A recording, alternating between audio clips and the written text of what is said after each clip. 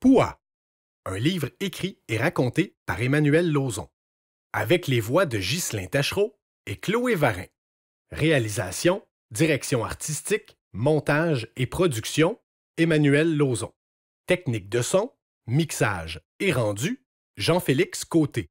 La production de ce livre audio a été rendue possible grâce au soutien financier du Conseil des arts du Canada. Prologue. Le Nouveau Monde.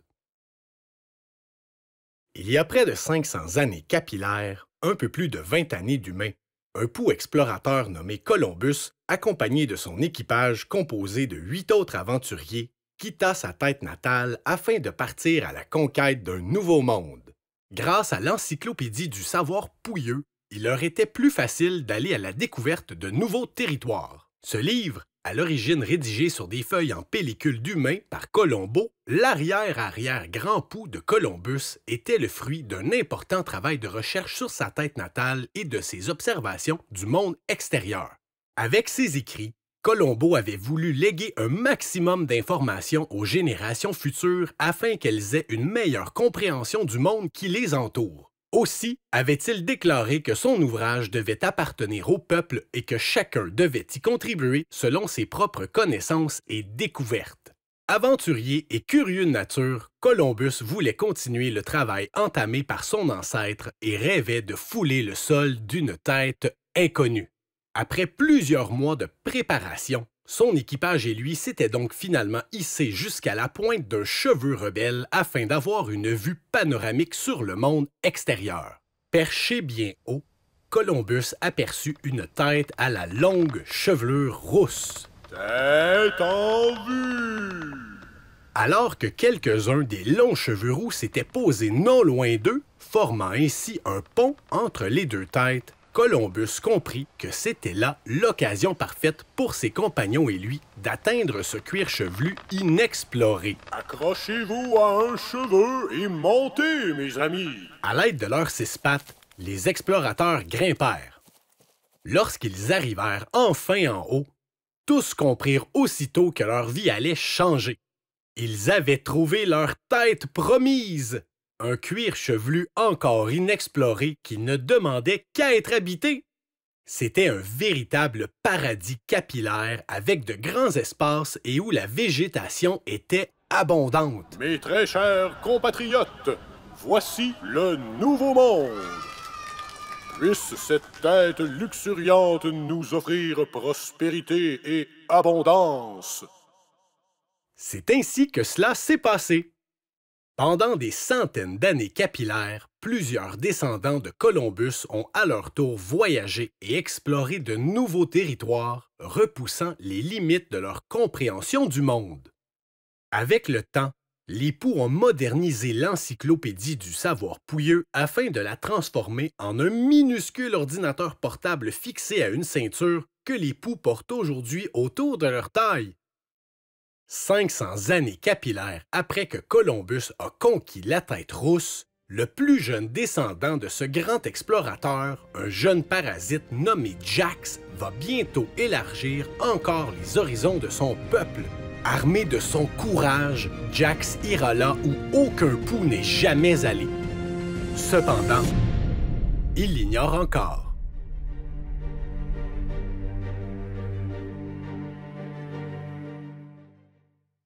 Chapitre 1. Un dur retour à l'école.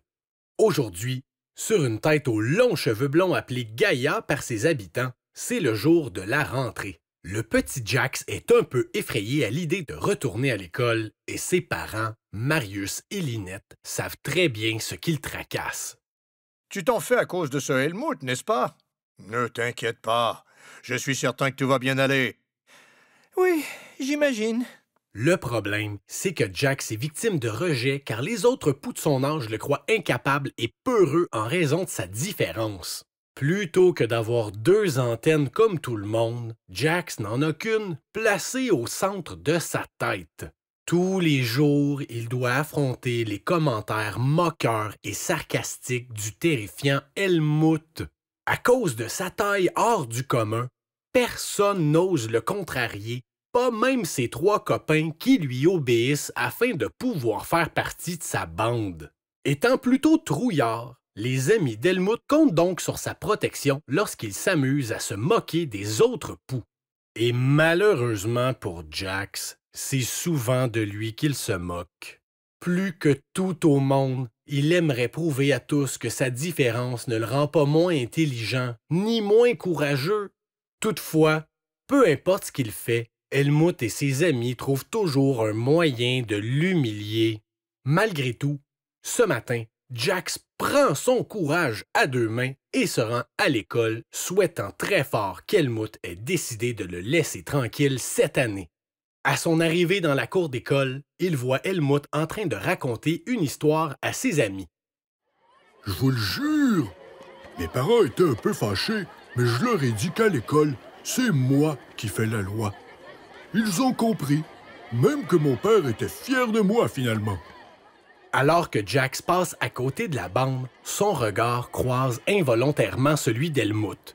Embarrassé, il décide tout de même de le saluer. Ça va? Je rêve où ce pou mutant à une seule antenne a vraiment osé m'adresser la parole. Non, tu ne rêves pas. Ce pou mutant à une seule antenne a vraiment osé t'adresser la parole. J'ai seulement voulu... En plus, tu répliques, espèce de pou stupide.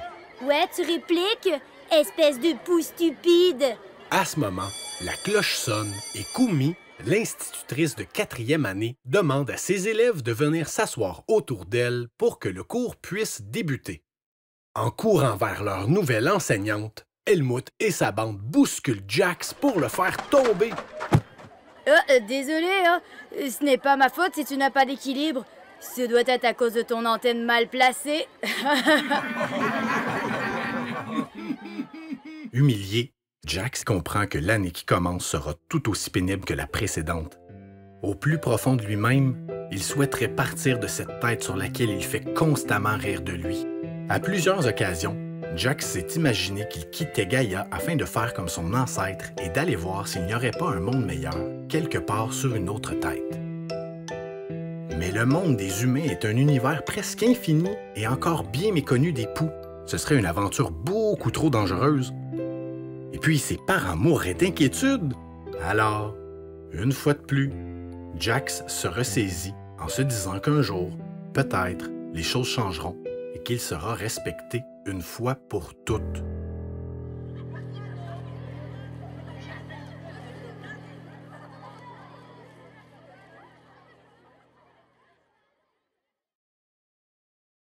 Chapitre 2. Avis de tempête tropicale. Ce matin, les parents de Jax se font du souci pour leur fils. Depuis qu'il est revenu de l'école hier, il semble triste et tourmenté. Helmut continue de t'agacer, n'est-ce pas? Complètement perdu dans ses pensées, Jax n'a même pas entendu la question de sa mère. La tête appelle Jax, la tête appelle Jax, m'entendez-vous? Quoi, maman? Ta mère te demandait si Helmut s'amuse encore à t'agacer cette année. Non, je crois qu'il a trouvé mieux à faire. Comme tu dis, papa, nous avons vieilli tous les deux. La vérité, c'est que Jax ne veut pas que ses parents aillent voir Kumi, son institutrice, pour l'informer qu'Helmut et sa bande se moquent encore de lui. Il croit que ça ne ferait qu'empirer les choses. Bon, si tu le dis. Mais tu sais que ton père et moi serons toujours là pour toi si tu as des problèmes. Je sais, maman. Prêt à partir pour l'école, Jax enfile son sac à dos et embrasse ses parents. Attends une minute. J'ai quelque chose pour toi. Qu'est-ce que c'est? Un porte-bonheur. C'est un tout petit morceau de grain de sable. Ça provient du monde des humains. C'est quoi, un grain de sable? Regarde dans ton encyclopédie. Jax décroche donc son ordinateur de sa ceinture et effectue une recherche afin de savoir ce qu'est un grain de sable. Encyclopédie du savoir pouilleux. Recherchez grain de sable. Roche provenant du monde des humains et qu'on trouve parfois sur leur tête. Selon un pou explorateur appelé Alvarez, ayant vécu il y a de cela 600 années capillaires, environ 29 années d'humains, il en existerait une quantité infinie dans une sorte de territoire de couleur beige. Un grain de sable est généralement de la taille d'un pou. Waouh! Il s'agit d'un grain de sable! Exactement. C'est mon père qui me l'a donné quand j'étais petit. Et maintenant, c'est à mon tour de te le donner. Quand tu seras triste ou effrayé, tu n'auras qu'à le serrer très fort dans tes mains. Tu pourras sentir ma présence tout près et tu sauras que je suis avec toi. Merci, papa. Je vais le garder dans ma main jusqu'à l'école. Allez, file maintenant. Tu vas être en retard. Jax commence à marcher, captivé par le morceau de grain de sable. À mi-chemin, il tombe par hasard sur Helmut et sa bande qui lui bloquent le passage. Tiens, tiens, s'il ne sait pas l'handicapé avec une seule antenne. Tiens, si ce n'est pas l'handicapé avec une seule antenne. Laissez-moi tranquille. Regardez le mout.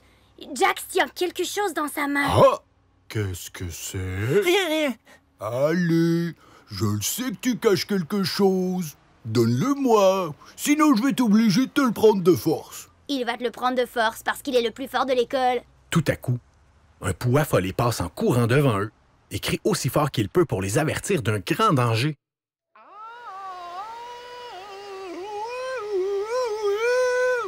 Le grand vent chaud! C'est le jour de la tempête tropicale! Accrochez-vous! Il a déjà commencé à souffler!